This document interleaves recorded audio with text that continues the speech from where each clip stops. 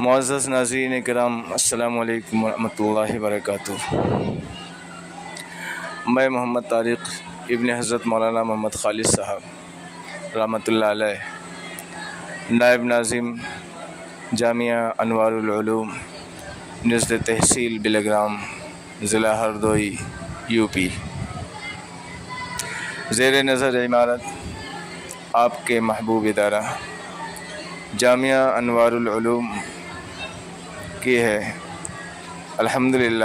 جامعہ آپ کے تعاون اور بانی جامعہ حضرت مولانا محمد خالد صاحب رحمۃ اللہ علیہ، سابق محتمم جامعہ حاضہ، اور حضرت مولانا محمد شریف صاحب محتمم جامعہ حاضہ کے اخلاص اور جامعہ کے خدام کی خدمت اور محض اللہ تعالیٰ کے فضل و کرم سے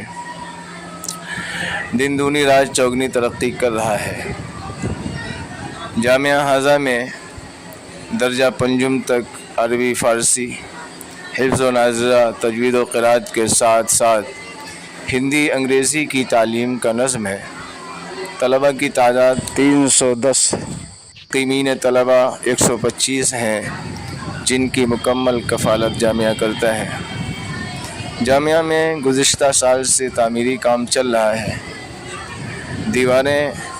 گزشتہ سال مکمل ہو چکی تھیں، صرفہ نہ ہونے کی بنا پر کام کو رمضان سے پہلے بند کر دیا گیا تھا۔ عید کے بعد دوبارہ کام شروع ہوا ہے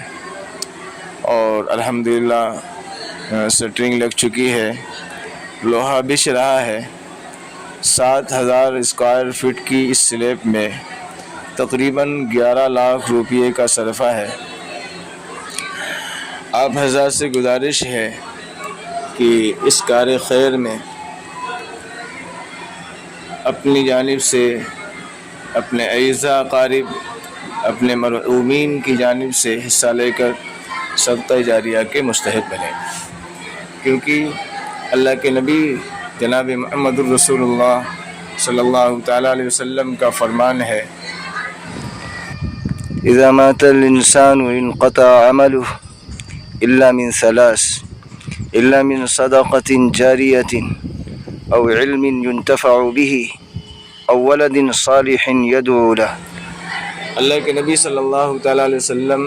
فرماتے ہیں کہ انسان مر جاتا ہے، اعمال منقطع ہو جاتے ہیں، لیکن 3 کام ایسے ہیں کہ اگر اس نے دنیا میں کیے ہیں اپنی زندگی میں، تو مرنے کے بعد بھی اس کو برابر اس کا ثواب پہنچتا رہتا ہے۔ فرمایا کوئی ایسا کام کیا جو اس کے لیے صدقہ جاریہ بن گیا، کوئی صدقہ جاریہ کا کام کیا، یعنی ایسا صدقہ جس کو عوام کی بھلائی کے لیے وقف کر دیا جائے، مثلا سرائے کی تعمیر کی، کنواں کھدوانا، نل لگوانا، ایسے ہی مساجد اور مدارس کی تعمیر کرنا، مسجد بنوا دی یا مدرسہ بنوا دیا یا مسجد میں کچھ پیسہ اپنی جانب سے خرچ کیا یا مدرسہ میں اپنی جانب سے خرچ کیا، تو یہ کام اس کے لیے صدقہ جاریہ بن جاتے ہیں۔ اب وہ انسان قبر میں ہوگا، یہ عمارت جب تک کی باقی رہے گی اس سے نفع اٹھایا جاتا رہے گا، مسجد ہے اس میں نماز پڑھی جاتی رہے گی، مدرسہ ہے اس کے اندر تعلیم و تعلم کا کام چلتا رہے گا۔ اگر قیامت تک کی یہ کام چلتا رہے گا، انشاءاللہ اس کے نامہ اعمال میں قیامت تک کی اس کا ثواب پہنچتا رہے گا۔ اور دوسری چیز فرمائی کہ ایسا علم جس سے لوگ اس کے مرنے کے بعد نفع اٹھاتے رہیں، لوگوں کو تعلیم دینا، لوگوں کو علم سکھلانا، طلبہ کے تعلیمی اخراجات برداشت کرنا، اپنا بچہ تھا اس کو علم سکھایا، اس کو پڑھایا، یا اپنے خاندان میں کوئی بچہ تھا اس کو سکھلایا، یا کسی مدرسے میں کسی بچے کی کفالت اپنے ذمے لے لی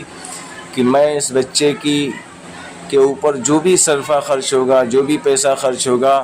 وہ میں سارے اخراجات میں برداشت کروں گا، یہ میری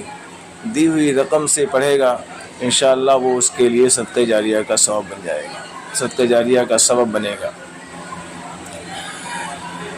یا اس نے کوئی بچہ ایسا چھوڑا ہے، دیندار بچہ، اس کو علم سکھایا، حافظ بنایا، عالم بنایا، اور اس کے مرنے کے بعد میں وہ اس کے لیے دعا کرتا ہے، تو یہ اس کے لیے صدقہ جاریہ کا سبب بن جاتے ہیں۔ تو اس لیے میرے بھائیوں بزرگوں، یہ بہترین موقع ہے، آپ حضرات اپنی جانب سے اور اپنے اعزاء اقارب کی جانب سے اس کار خیر میں کچھ نہ کچھ ضرور حصہ لیں۔ لوہا الحمدللہ بچھ رہا ہے، مورنگ آ چکی ہے، گٹی بھی آ چکی ہے، اب سیمنٹ کا انتظام کرنا ہے۔ سیمنٹ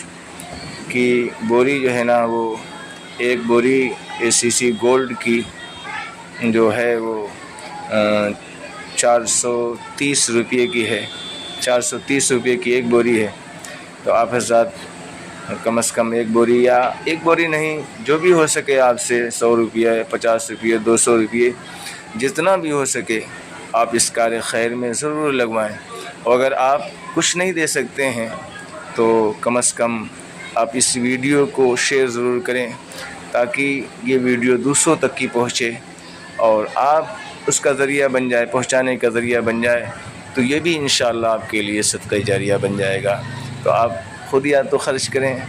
جو بھی اللہ تعالیٰ نے آپ کو وسعت دی ہے، مال دیا ہے اللہ تعالیٰ نے، آپ خرچ کریں اپنی جانب سے، اپنے اعزاء اقارب کی جانب سے، مرحومین کی جانب سے، جو ہمارے اعزاء اقارب تھے، ہمارے باپ دادا تھے، اور وہ کبھی ان زمینوں کے، ان جائیداد کے، ان مکانات کے، ان باغات کے اور ان تجارتوں کے وہ مالک ہوا کرتے تھے۔ آج وہ سب کچھ چھوڑ کر چلے گئے،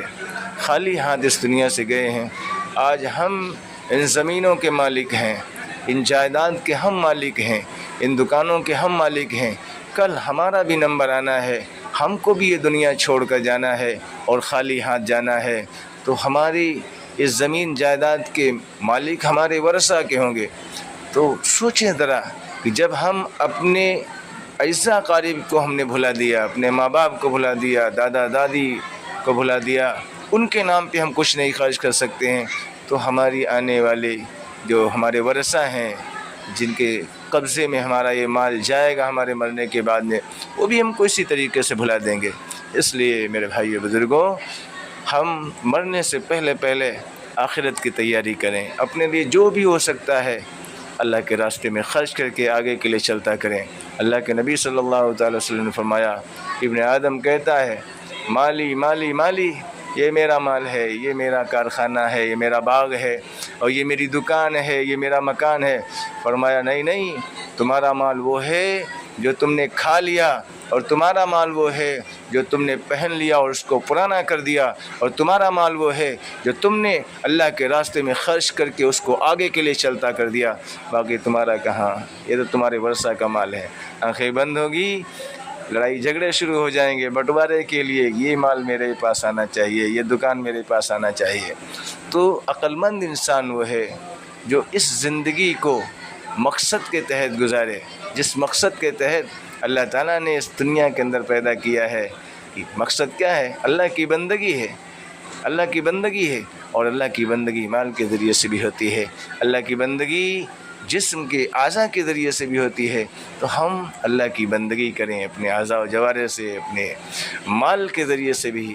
اللہ کی بندگی کریں۔ تو یہ ایک بہترین موقع ہے صدقہ جاریہ کا۔ آپ اس میں اپنے پیسے کو ضرور خرچ کریں، اپنی جانب سے خرچ کریں، اپنے اعزاء اقارب کی جانب سے خرچ کریں، اور اگر نہیں کر سکتے ہیں تو کم از کم اس ویڈیو کو دوسروں تک پہنچانے میں ہماری مدد کریں۔ اللہ تعالیٰ آپ کو صحت عطا فرمائے، اللہ تعالیٰ آپ کے کاروبار میں برکت عطا فرمائے، اور آخرت کی تیاری کرنے کی اللہ تعالیٰ ہم سب کو توفیق عطا فرمائے۔ وآخر دعوانا